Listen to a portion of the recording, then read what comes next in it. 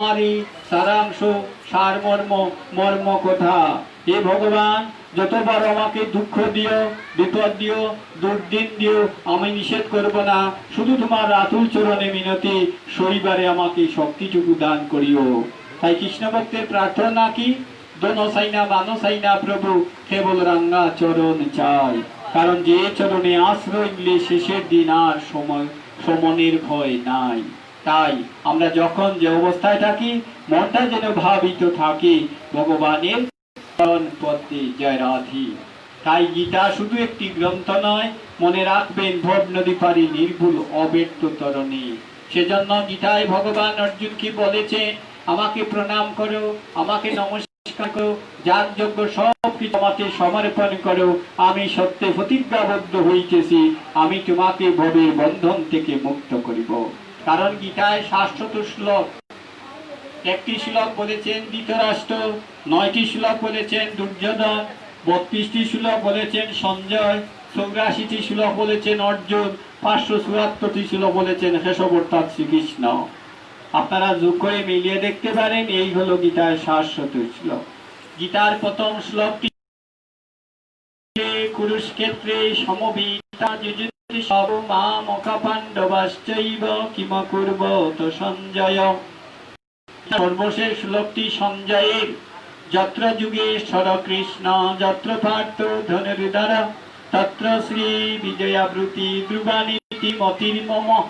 দেখুন, গীতা ৭০০ শ্লোক এক কথায় ভাবার্থ করে এবার আমরা চৈতন্য চরিতামৃতে প্রবেশ করব। গীতা প্রথম কথাটি ধর্মক্ষেত্রে, প্রথম শ্লোকের প্রথম কথাটি ধর্মক্ষেত্রে। গীতা সর্বশেষ শ্লোকের সর্বশেষ কথাটি মতির্মম। ধর্মক্ষেত্রে কুরুক্ষেত্রে সমবেতা যুযুৎসু মামকা পাণ্ডবাশ্চৈব কিমকুর্বত সঞ্জয়। আর গীতার সর্বশেষ শ্লোকটি যত্র যুগেশ্বর কৃষ্ণ যত্র পার্থ ধনুর্ধর তত্র শ্রী বিজয়াবৃতি ধ্রুবানীতি মতির্মম। তাহলে গীতার প্রথম কথাটি ধর্মক্ষেত্রে, গীতার সর্বশেষ কথাটি মতির্মম। এই দুইটি কথা একসাথে উচ্চারণ করলে কি দাঁড়ায়? গীতা যাবে যাবে, আস্তে আস্তে, হরিবল হরিবল, একটু কৃপা করেন, দয়া মায়া করেন। জয় রাধে শ্যাম। গীতার প্রথম কথাটি ধর্মক্ষেত্রে, গীতার সর্বশেষ কথাটি মতির্মম। দুইটি কথা এক করলে কি দাঁড়ায়? ধর্মক্ষেত্রে মতির্মম।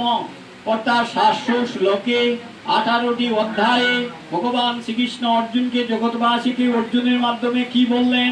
ধর্মক্ষেত্রে মতির্মম। অর্থাৎ ধর্মে যার মন মতি সদা ভাবিত থাকে, তার জাগতিক কল্যাণ হয়, অন্তিমে নিত্যধাম গোবিন্দের সিফাত মধ্যে ভাবতি ঘটে। আর ধর্মে যার মন নাই, মতি নাই, ইহকালেও শান্তি নাই, পরকালেও গতি নাই। এই হলো গীতা ৭০০ শ্লোক এক কথায় ভাবার্থ, ধর্মক্ষেত্রে মতির্মম।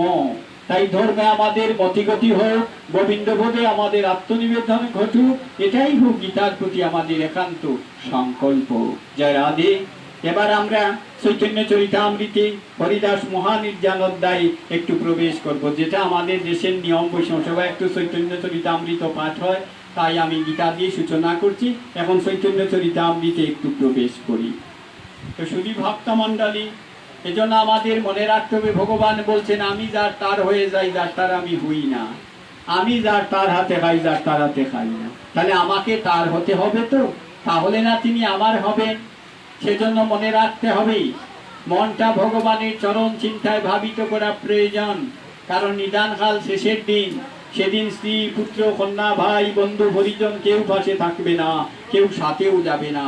সুসময়ে বন্ধু বটে সকলই সে হয়, অসময়ে হায় হায় কেহ কারো নয়। দঞ্জন যৌবনের গর্ভকর মন, জানো না নিমিষে সব হরিবে সমন। খেলায় আসক্ত যত বালকের দল, তরুণীতে অনুরক্ত তরুণ সকল। সংসার চিন্তায় মগ্ন বিদ্য সমুদয়, পরম গোবিন্দে মগ্ন কেউই তো নয়। যতকাল করে নর ধন উপার্জন, ততকাল তাকে বসে নিজ পরিজন। তারপরে বিদ্ধ হলে আপনার দেহ, গড়েতে ডাকিয়া জিজ্ঞাসা নাই করে কেহ। অসার সংসার ভাই মনুষ্য জনম, স্ত্রী দাস পুত্রের ঘুরা সাজিবে কেবল।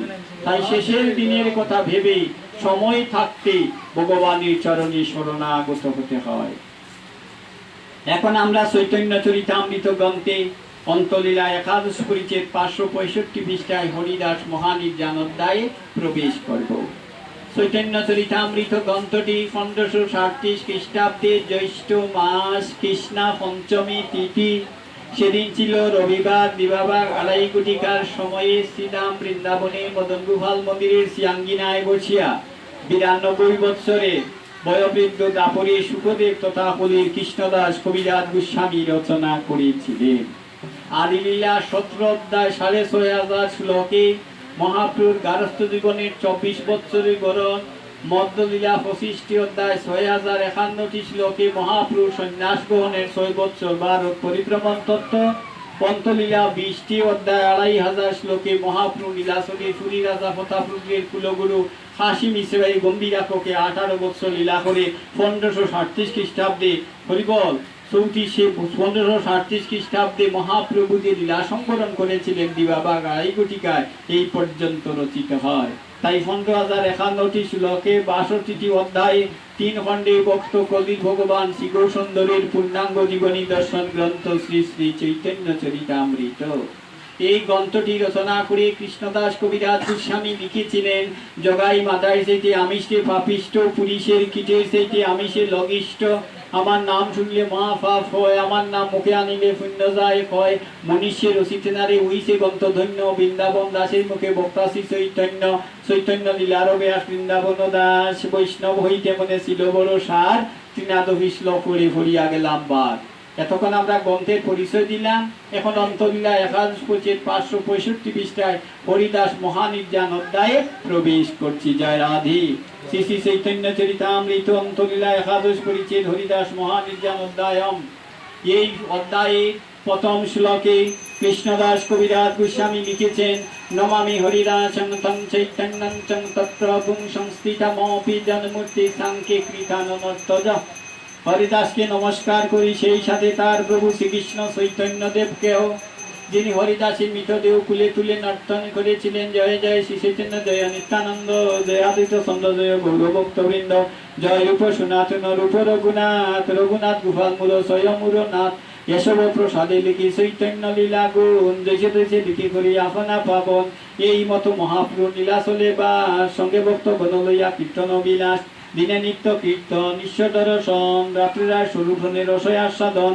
একদিন গোবিন্দ মহাপ্রসাদ লইয়া হরিদাসে দিতে গেল আনন্দিত হইয়া, দেখে হরিদাস ঠাকুর করিয়াছে শয়ন, মন্দ মন্দ করিতেছে সংখ্যা সংকীর্তন, গোবিন্দ হয়ে আছি বড় প্রসাদ ভূজন, হরিদাস হয়ে আছি করিব লঙ্ঘন, সংখ্যা সংকীর্তন নাই বলে কেমনে খাইব, মহাপ্রসাদ আনিয়াছ কেমনে উপেক্ষিব।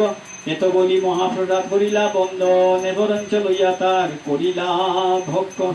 আমি গ্রন্থে যেভাবে আছে একটা লাইন বাদ না দিয়ে অনর্গল উচ্চারণ করি শুধু অধ্যায়টা সমাপ্ত টানবো, আর ব্যাখ্যা করতে গেলে 3.5 ঘন্টার প্রয়োজন। একটু সংক্ষেপ ব্যাখ্যা করেই নিয়মটা রাখবো। তো কথা কৃষ্ণ কথা, অমৃত কথা। তাই ভাগবত কি বলছেন, দশম স্কন্ধে 33 অধ্যায় 9ম শ্লোক, রাসলীলায় গোপীরা গোবিন্দকে উদ্দেশ্য করি, তবু কথা অমৃত, কথা অমৃত কথা, যে কথা শ্রবণ মাত্র মানবের ভবের ক্ষুধা দূর হয়ে যায়। আর ভগবানের অমৃত কথা যারা শ্রবণ করেন তারা হচ্ছেন বুড়িদা জনা। বরিশাল জেলা গৌরনদী থানা খালিশাকুটা গ্রাম খালিদাস দাসগুপ্তের পুত্র 1933 ইংরেজি বিশ্ব ধর্ম মহাসম্মেলন শিকাগো শহরের দ্বিতীয় প্রবক্তা।